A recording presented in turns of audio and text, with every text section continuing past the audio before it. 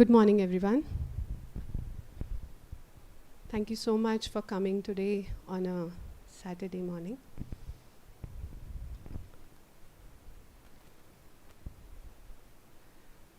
Apologies for the delay. There is a little technical glitch which is happening. We'll be starting in a minute.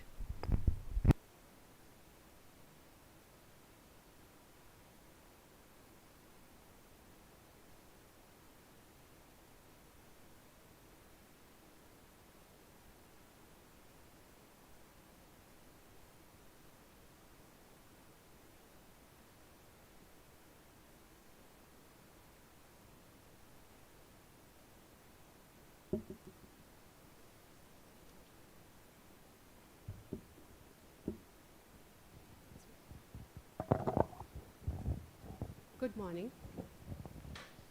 Before we start the session for today, I want to ask a very simple question to everybody. What does the feeling word river brings to you? Think about it. Is it calmness? Is it life? Is it liberating? Or is it any childhood memories that it brings back to you? Or like for any urban city these days, could it be drain, sewage, smell? Because that one word, river, it's more than a word. It's the relationship, the memory, and the perspective we hold for it. What fascinates me is that one river is seen so differently by people who come across its journey. When it is upstream at its origin, it might be sacred. People might be worshipping it. Little downstream, when it enters a city, it becomes caged by steel mesh fences, and it is decreased to something we don't want to watch. We don't want to see it. It's neglected. Little downstream, it becomes livelihood for communities. They are using it for their own, for centuries. For generations, people are using that river for their livelihood. That same river going little downstream further and meeting Kaveri Wildlife Sanctuary, it is totally different. It becomes life for the otters, for the mashir, for the elephants. Somewhere along the way, I think river hasn't changed, but the way we look at the river has changed quite a bit. Today in the cities, we have conveniently converted the rivers into drains.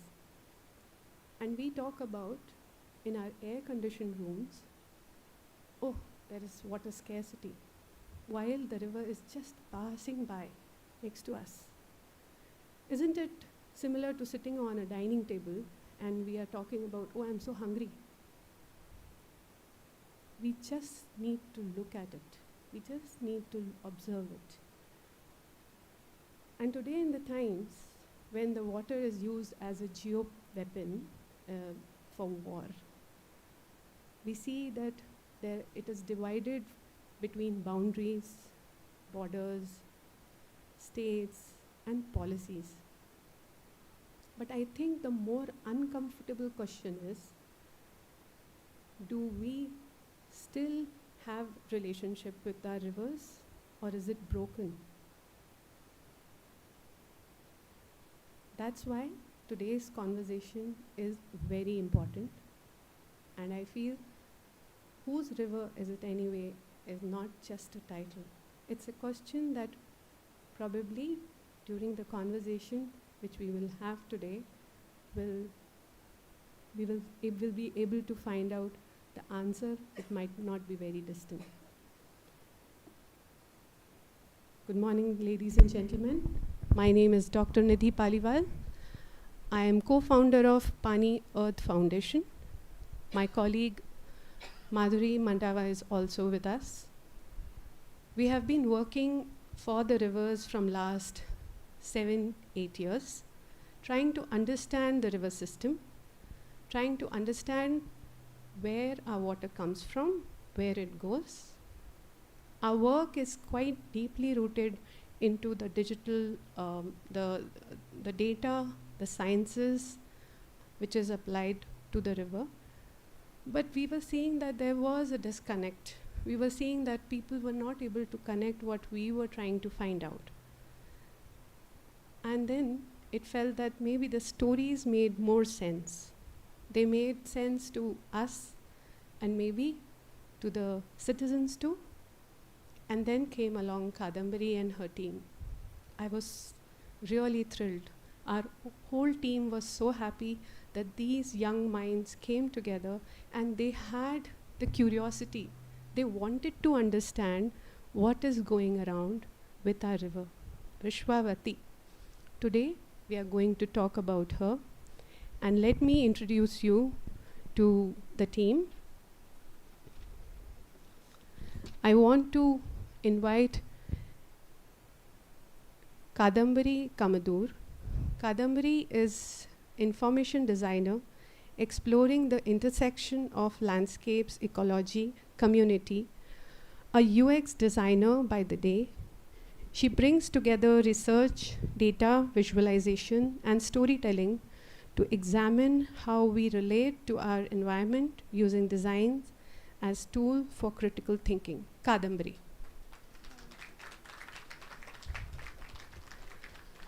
The second team member, Namrata Narendra, she's joining online with us from Netherlands. She's an independent urban researcher and artist whose work focuses on not just urban and peri-urban future collective climate action, but also the impact on the climate and urbanization on infrastructure through community-driven researches. Namrata Narendra.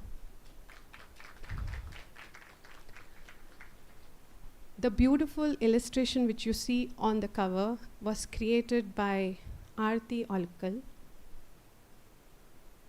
She was born and raised in Kerala. She studied product design at Symbiosis University, Pune, and later pursued University of Design at NID, Bangalore.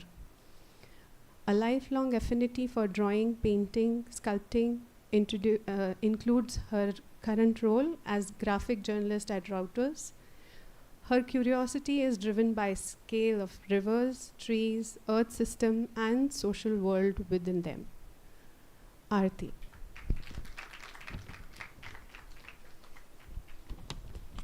So Namrata,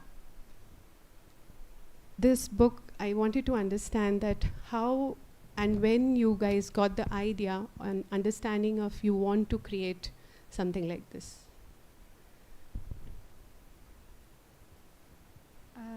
Yeah, so I think the idea for this project started in COVID. So Namrata and I had just graduated then, and we really came into like the industry with this idea that we wanted to do something different. We wanted to make an impact. It was a bit idealistic, but around that time we also like saw this article in the Times of India where we saw that Vrishabhavati was flowing clean for the first time in years because the industries weren't polluting it. And we both studied in RV College of Engineering, and that's like right next to the river. So we like very vividly saw the dirt and the condition that Vrishabhavati was in, and we wanted to do something about it. So that was really the starting point. Yeah, and then as we engaged with the river, as we spoke with Pani as well, we understood that the river was not a homogeneous entity, but it was rather this composite of multiple different entities. So when you start from like this very urbanized area of like Malleshwaram, Peenya and all of these areas, the river looks different versus how does it look as it like goes towards Nayandhalli and then towards Bairamangla where it flows into the fields. And then in the Kumbalgodu industrial area, and then of course as it becomes free in Kaveri, how does it look, how does it flow? And so like we then became interested in understanding all of these different composites and what makes up the Vrishabhavati. And like to actually understand all of this, because there was so much information, we tried to put it together as this map to like create our own kind of layered understanding of the river. And of course, a lot of these stories and other things came to us from Pani, who had spent many years engaging on ground and actually understanding the condition of the river. But we wanted to like put it together, visualize it, so that it became easier for us to understand first, and then of course for others to understand as well. So initially when we started this project, you can see there are several stories that we were trying to tell, from like Pina in the industrial area, then you look at the Dhobi Ghat, and then as it comes down to like the agrarian areas, to Kumbal Godu, to like this case of, like elephants coming into fields, then the mashir fish. And of course, when we actually did the book, we didn't get into all of this, but it became like one kind of starting point for us. Lovely, thank you so much. When I approached the book, the first page itself was so beautiful. Aarti has decided. Aarti, can you tell me your idea behind designing this book, this particular cover?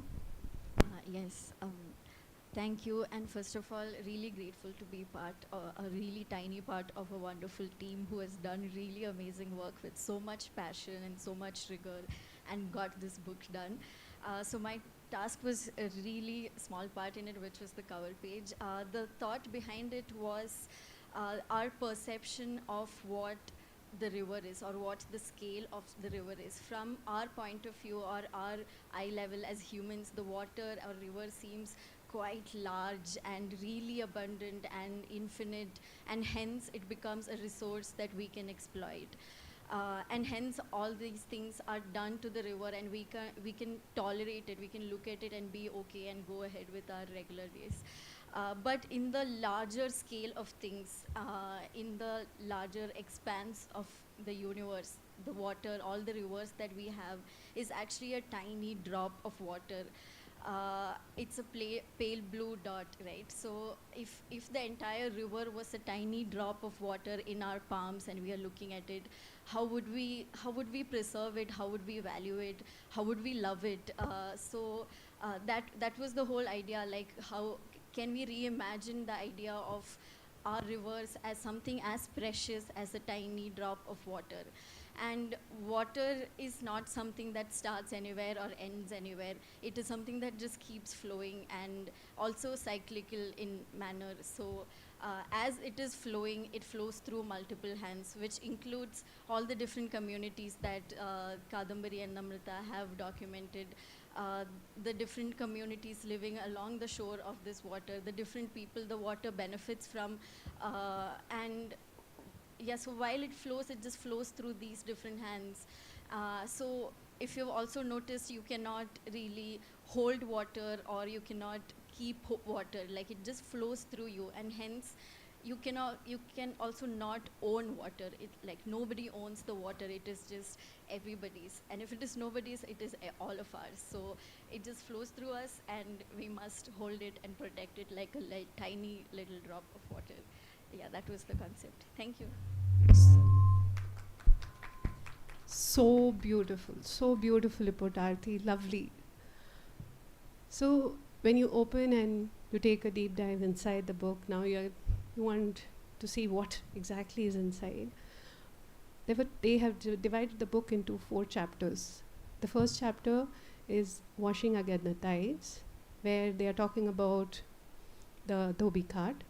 Then there is Sweeping Against the Floods, where they are talking about the marketplace and the people, the shopkeepers who are near Gali Anjana temple. And this temple holds very important significance in Vishwavati's journey.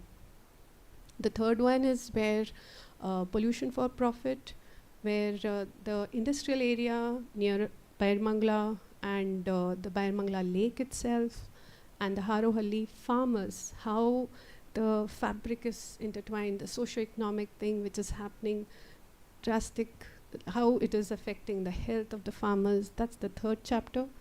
And the fourth, when it finally meets the Kaveri, where there is a damming which has been planned for Mekedatu at Kaveri Wildlife Sanctuary. But when the water meets Kaveri, and how exactly it serves for mahashir, the otters, the elephants. During this journey, Namrata, if I may ask you, um, during this journey, which was the most emotional point you felt going through the exploration?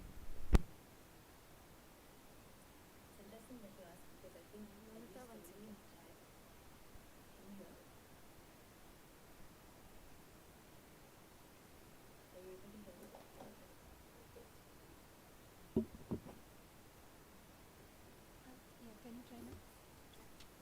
I can hear you. Yeah, you can start. Okay. Um, yeah, so I was saying, I think every story that we observed and we covered had something new for us to learn, because we were tracing these at different points in time also. Because, for example, the Gobi Ghat are now not using the Rishbagi River for washing their clothes, etc. But have some connection to it in the sense that the remnants of the wash stuff goes into the river, back into the river. But to be more specific, I think one of the biggest observations was how we as people find ways to adapt to the current conditions of the river, and that we observe across all the stories, from how farmers use the pollutants in the water to their advantage, especially for a quick turnover with baby corn and napier grass.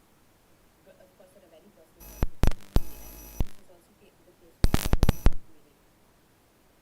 who have grown with whatever the river presented to them. But in the last story, in the case of understanding how different beings are affected by the river, that's not just us humans. We as humans adapt, but elephants, fish, and other reliant beings are slowly perishing. Like the masher fish, they're unable to match with the pace of the pollution that's slowly, permeating into the Kaveri River. That's beyond. So Vrishpati joins, or Kavati joins Kaveri, and then still there's a lot of pollution. So for us, I think this chapter was, at least for me, this chapter on understanding the natural interconnections was probably what continues to stay on, and also emotionally pushed us to look beyond just human adaptation in when we were also putting all of this together. And very consciously we then sort of uh, nudged the book a little bit into seeing how we can present it from the perspective of Rishabhavati herself. Believe me, guys, we tested twice, thrice before the session. Machine being machine, it can ditch us anytime. So don't rely on AI. Coming back on our conversation, I'm really, if you see, this is all women team. I was really happy about that. Yeah, come on. Yeah.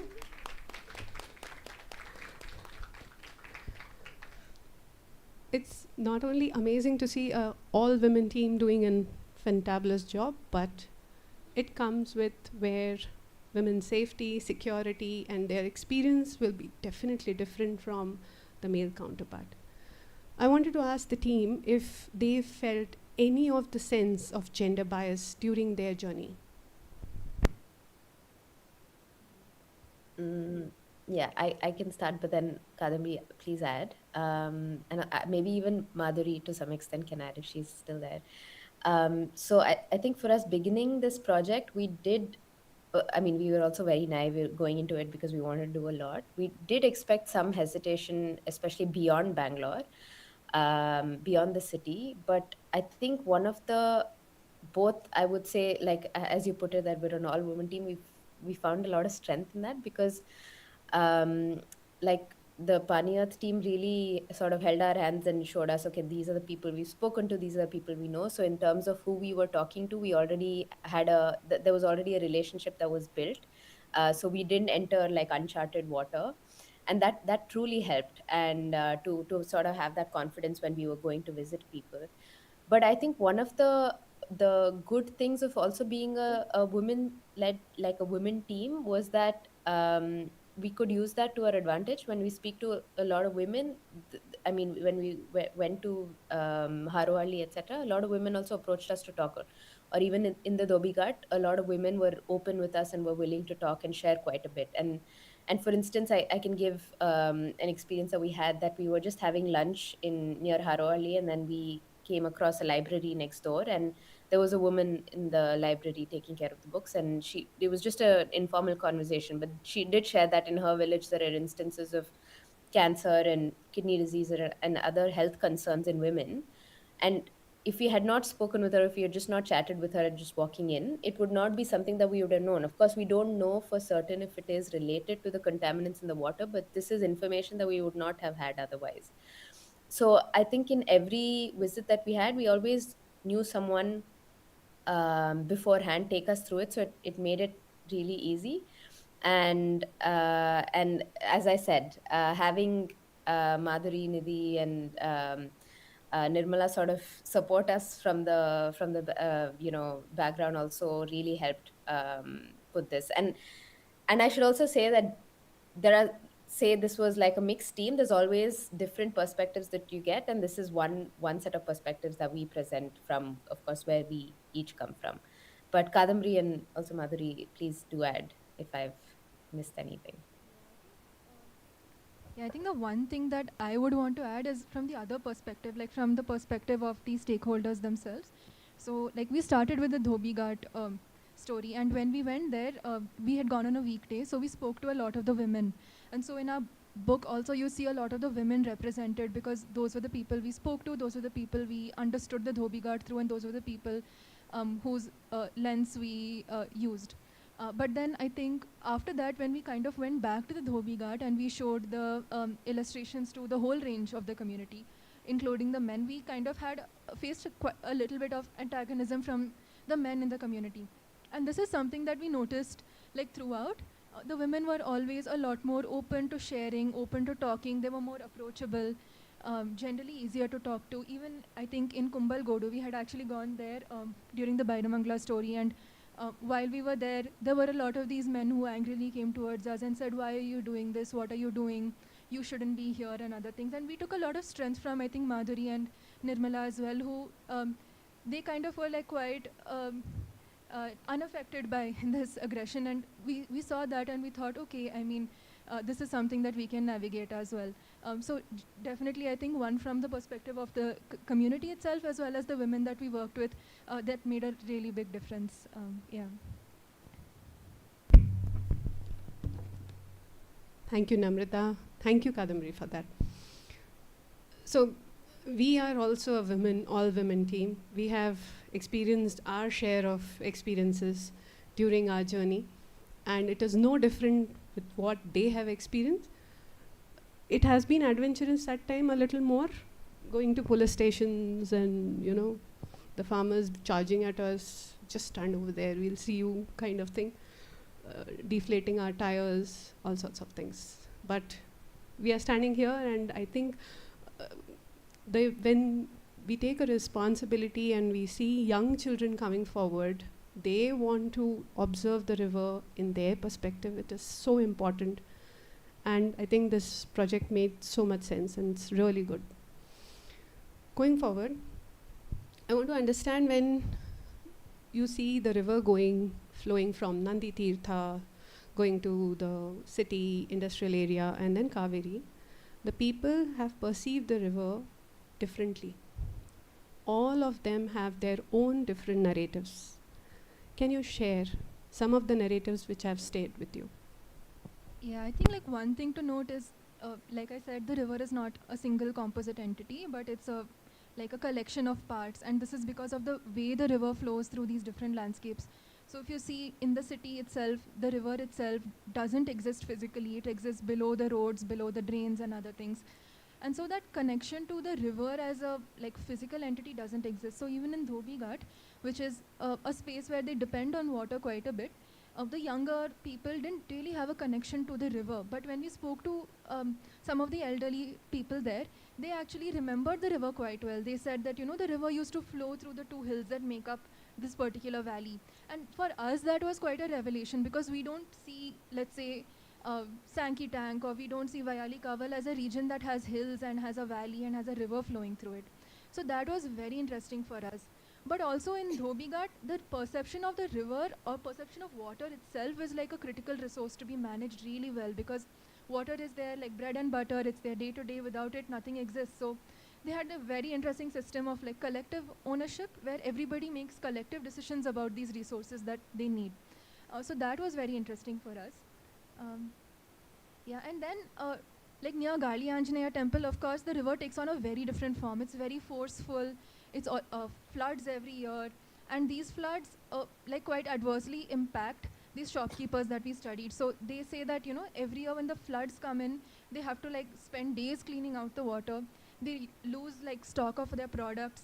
It puts them back in terms of their savings, and so that was something that is a very different kind of relationship, where on one side you have people who are using it as a resource, and the other side you have people fighting this resource.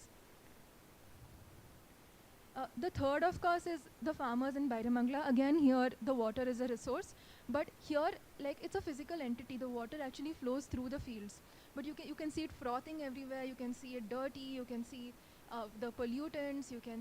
The farmers know it's bad for them. The farmers can see what it's doing to their bodies. There's like this whole range of like very tangible impacts. There are also intangible impacts, like Namrata mentioned earlier, where the polluted water actually causes kidney problems. It causes a whole host of problems to the women. And still the farmers say that, this water still helps us grow certain crops. They grow really well. And so we're going to use it. It doesn't matter if it impacts us in the short term. It doesn't matter if it impacts us in the long term. We still want the economic benefits from this water. Yeah, so here you see the farmers kind of channeling the dirty, polluted water directly into their baby corn fields. And surprisingly, they don't eat this baby corn because they know what it does to them. So they send it out.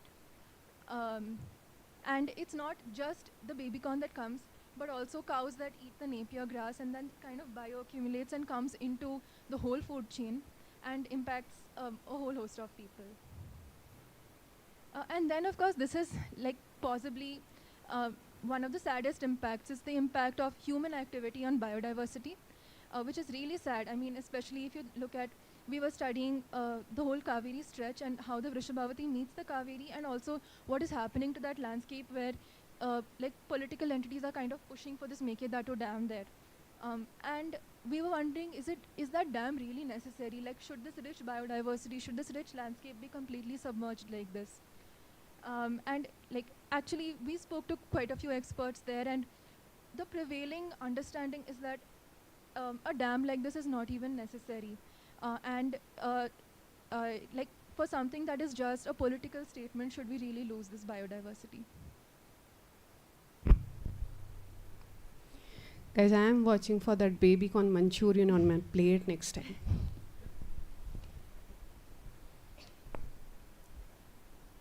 Interestingly, as we grow, we are seeing how our relationship with the river is.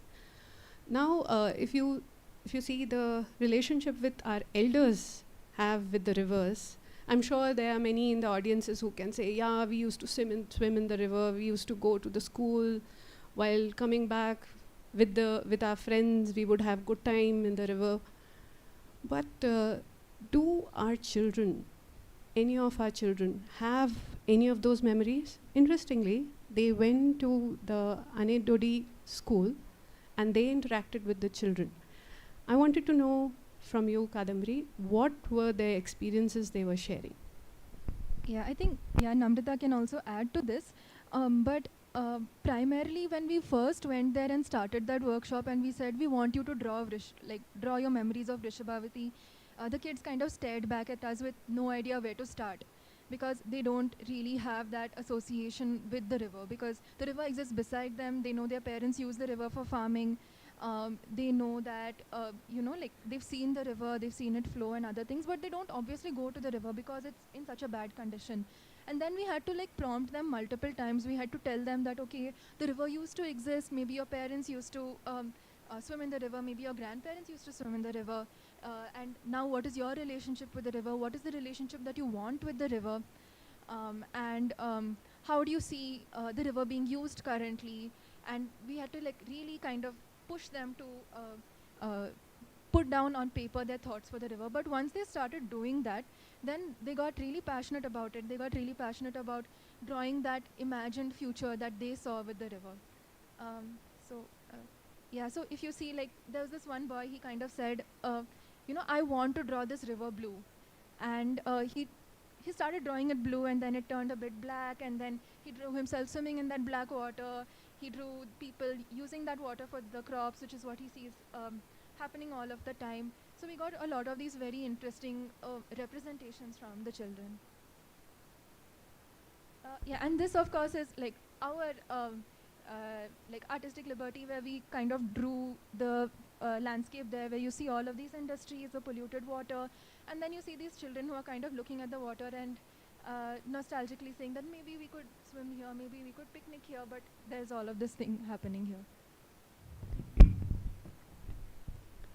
The children in the war are being robbed from their childhood memories. Recently, I saw a very eerie picture of toddlers playing in Gaza. That was a small video which shows that the 3-year-old, 4-year-old, they were mimicking paramedics and they were rescuing the doll. It really sank my heart.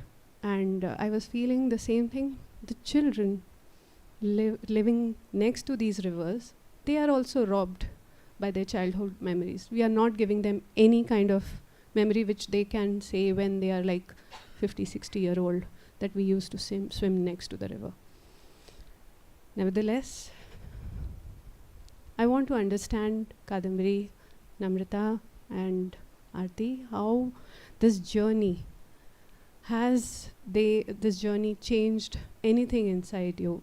The journey of exploration, Vishwavati, has it changed anything?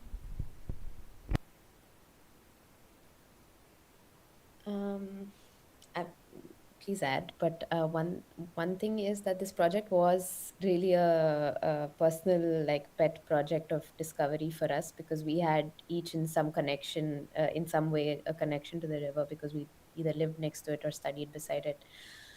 So I think for me personally, as someone who lived in an apartment in Bangalore, not knowing my source of water, like, I knew it was a mixture of borewell and Kaveri, but then how, where?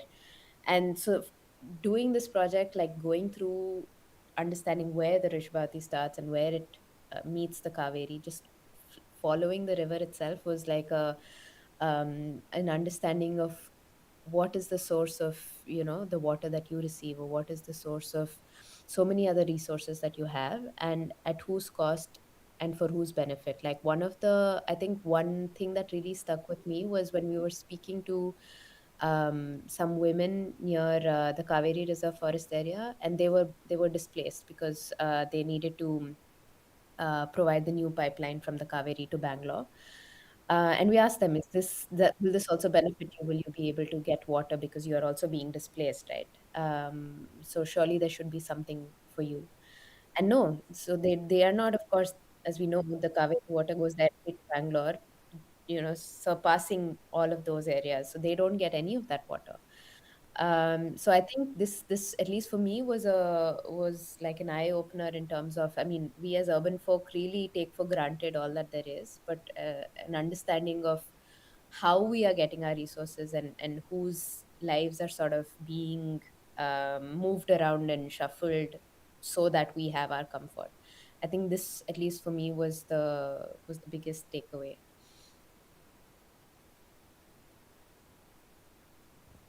Um, yeah, I think in terms of like personally, I think one of the main things that really stuck with me was, despite, I mean, the human component is one, but like the impact of the human on the natural component, on the biodiversity, that was really something that stuck with me and kind of made me consider whether, that there is no cost that justifies this. There's no cost that justifies like destruction of another species just so one species can prosper.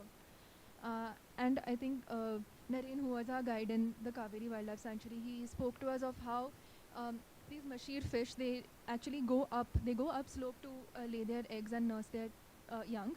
And because of the nature in which water is released into this area, and because of, let's say, the biological pollutants and other things, first of all, the adult fish are adversely impacted, and then, of course, the little ones who have kind of started swimming from the top, they're unable to actually come down. And so along that path, there are so many, he told us, so many tiny dead mashir fish that are just like layering that path from the upper reaches to the lower reaches.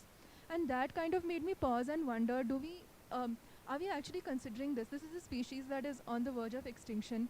I mean, IUCN has kind of put it on their red list. They're saying that, if we don't like actually act now, the species maybe in the next 10 years will be gone.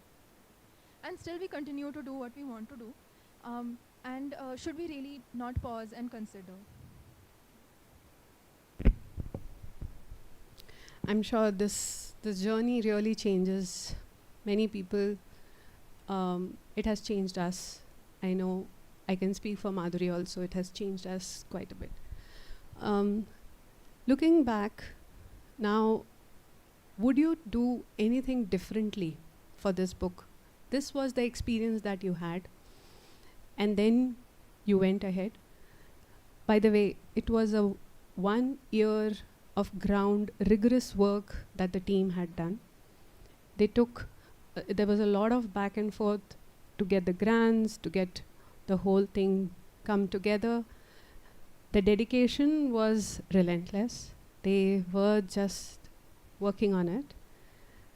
Would you do still anything differently? Yeah, I think there's quite a few things that we would have done differently. There always is, I think, in any project that you finish it and you think, okay, maybe this could have been better.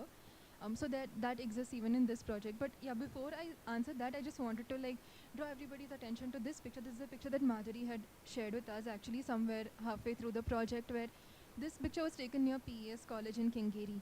So this is actually that very busy area today. And in 1960, it looked like this, where Madhuri's neighbor used to go and swim there. So this is what we had. I mean, I think it's still not too late. And that is something that we wanted to bring out to this project, that it's not too late. We can do something. There are people who are still using it. There's biodiversity that's dependent on it. If that message goes out, then I think we're quite happy with what we've done. But considering that, I think there are still some shortcomings that we see in what we did. So for one, we really wanted it to be a much more story-based narrative format. And instead, we did something that was visual, definitely, but a little more journalistic. So if we had an opportunity to do this again, or if we have an opportunity in the future to build on this, that's something that we would definitely do. Turn it into a story that even the littlest of children can enjoy. Because we really believe that you should start from there, something that everybody can enjoy. Apart from that, I think maybe a story that gives Vrishabhavati a stronger sense of agency, gives her a stronger sense of voice. Because I think that if we really had the opportunity to listen to what Vrishabhavati wanted to say, we would all maybe sit up and listen a little bit better. I wish she had a voice. Vrishabhavati does not have the voice. The Kaveri Wildlife Sanctuary animals do not have the voice. The ecosystem around it does not have a voice. But can we become their voice? Think about it.